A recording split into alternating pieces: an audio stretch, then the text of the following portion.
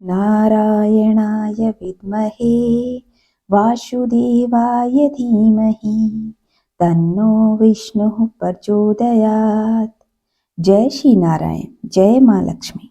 आइए आज सुनते हैं माघ पूर्णिमा व्रत की कथा। एक नगर में धनेश्वर नाम का एक ब्राह्मण रहता था।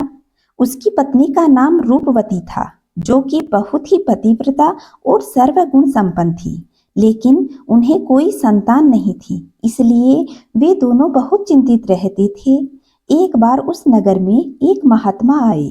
उन्होंने उस नगर के सभी घरों से दान लिया, लेकिन धनेश्वर की पत्नी जब उन्हें दान देने जाती है तो वे उनसे दान लेने से मना कर देते हैं। एक दिन धनेश्वर महात्मा के पास गया और उनसे पूछने लगा कि हे महात्मन, आप नगर के सभी लोगों से दान लेते हैं, लेकिन मेरे घर से नहीं लेते। हमसे अगर कोई भूल हुई हो तो हम ब्राह्मण दंपति आपसे क्षमा याचना करते हैं। तब महात्मा जी बोले कि नहीं विप्र, तुम तो हमेशा आदर सत्कार करने वाले ब्राह्मण हो, तुमसे भूल नहीं हो सकती। महात्मा की बात सुनकर धनेश्वर हाथ जोड़कर बोला, हे मुनिवर, फिर आखिर क्या कारण है? कृपा करके आप हमें बतलाइए। इस पर महात्मा कहने लगे, हे विप्र, तुम्हारे कोई संतान नहीं है और जो दंपति निसंतान हो, मैं उनके हाथ से भिक्षा ग्रहण नहीं करता हूँ। तुम्हारे द्वारा किया गया दान लेने से मेरा पतन हो जाएगा। बस यही कारण है कि मैं तुम्हारे घर का दान स्वीकार नहीं करता।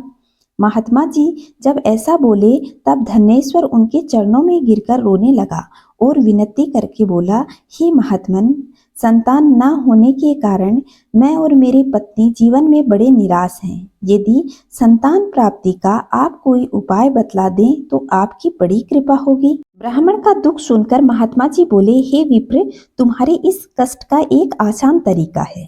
तुम्हें 16 दिनों तक श्रद्धा पूर्वक काली माता की पूजा करके उन्हें प्रसन्न करना है। फिर वे अपनी कृपा से तुम्हें संतान दे सकती हैं। इतना सुनकर धनेश्वर बहुत खुश हुआ। उसने महात्मा का आभार प्रकट किया और घर आकर अपनी पत्नी से सारी बात बतलाई। इसके बाद धनेश्वर माँ काली की उपासना करने के लिए वन में चला गया। ब्राह्मण ने पूरे 16 दिनों तक माँ काली की पूजा की और उपवास रखा। उसकी भक्ति देखकर और विनती सुनकर काली माता ब्राह्मण के सामने आई और बोली, हे धनेश्वर, तू निराश मत हो। मैं तुझे संतान के रूप में संतान प्राप्ति का वरदान देती हूँ, लेकिन 16 साल की अल्प आयु में ही उसकी मृत्यु हो जाएगी। काली माता ने कहा, यदि तुम पति पत्नी विधि पूर्वक 32 पूर्णिमा का व्रत करोगे तो तुम्हारी संतान दीर्घ आयु हो जाएगी। प्रातःकाल जब तुम उठोगे तो तुम्हें यहाँ आम का एक वृक्ष दिखाई देगा। उस पेड़ के ऊपर एक फल है, वह ले जाना और अपनी पत्नी को खिला देना। शिवजी की कृपा से तुम्हारी पत्नी गर्भवती हो जाएगी। इतना कहकर माता अंतर्धान हो गई। प्रातःकाल जब धनेश्वर उठा तो उसे एक आम का वृक्ष दिखाई दिया और उस पे एक बहुत सुंदर फल लगा हुआ था। वो काली माँ ने जैसे कहा था वह फल तोड़कर वहां से ले गया। घर जाकर धनेश्वर ने अपनी पत्नी को वो फल दिया, जिसे खाकर कुछ समय बाद वह गर्भवती हो गई। दंपति काली माता के निर्देश के अनुसार हर पूर्णिमा पर दीप जलाते। कुछ दिन बाद भगवान शिव की कृपा से ब्राह्मण को एक सुंदर पुत्र की प्राप्ति हुई, जिसका नाम उन्होंने देवीदास रखा। जब पुत्र 16 वर्ष का होने वाला था तो माता पिता बहुत चिंता करने लगे कि अब तो इसकी मृत्यु हो जाएगी।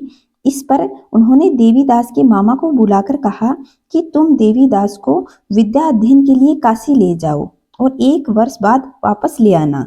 अब दंपति पूरे आस्था के साथ पूर्णमासी का व्रत करने लगे और अपनी पुत्र की दीर्घ आयु की कामना करने लगे।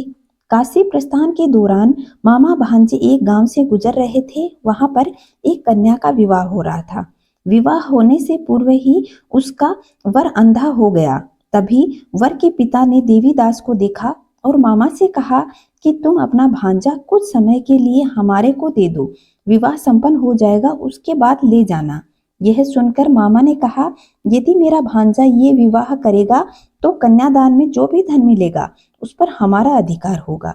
वर के पिता मामा की बात स्वीकार कर लेते हैं और देवीदास के साथ कन्या का विवाह संपन्न करा देते हैं।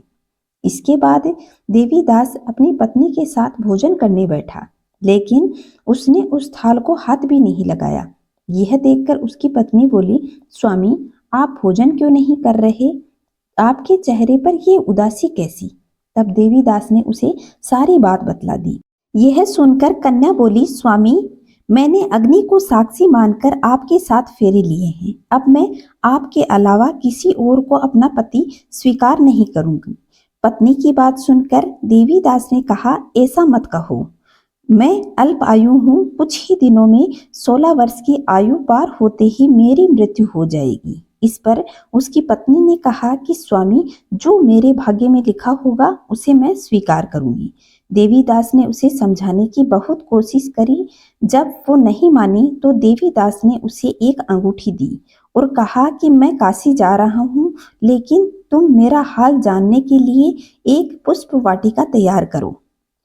उसमें भांति भांति के पुष्प लगाओ और उन्हें जल से छींचती रहो। यदि वाटिका हरी भरी रही और पुष्प खिले तो समझना कि मैं जीवित हूँ, और जब ये वाटिका सूख जाए तो मान लेना कि मेरी मृत्यु हो चुकी है। इतना कहकर देवीदास काशी चला गया।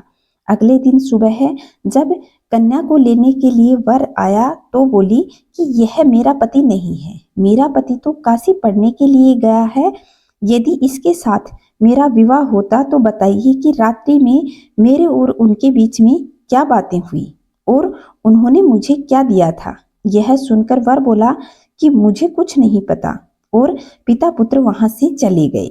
उधर एक दिन प्रातःकाल एक सर्प देवीदास को डसने के लिए आया, लेकिन उसके माता पिता द्वारा किए गए पूर्णिमा व्रत के प्रभाव के कारण वह उसे डस नहीं पाया।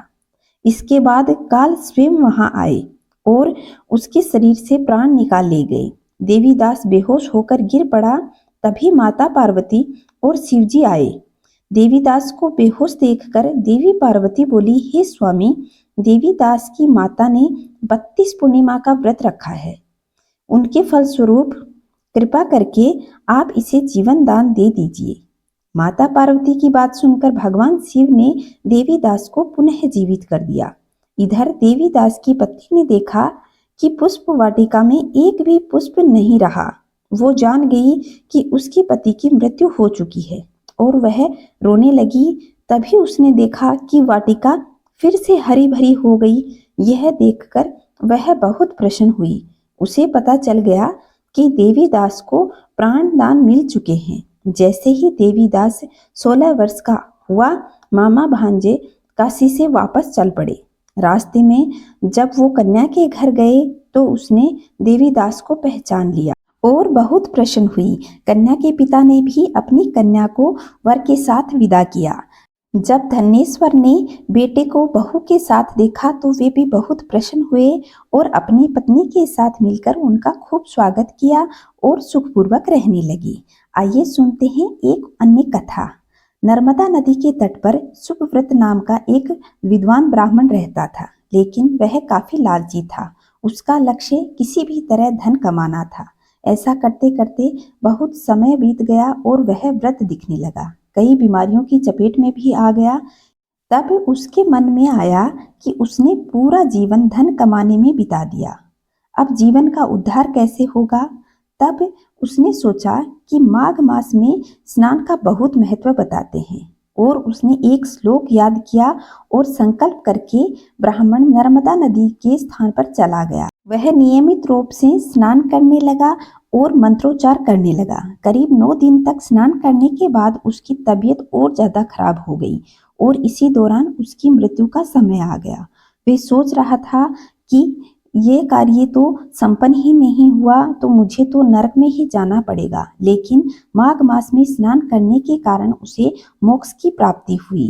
पौराणिक मान्यता के अनुसार जो व्यक्ति श्रद्धा पूर्वक पूर्णिमा का व्रत रखता है और कथा सुनता है उसे संतान का सुख मिलता है और मनोकामना पूर्ण होती है। तो बोलिए लक्ष्मी नारायण भगवान की जय।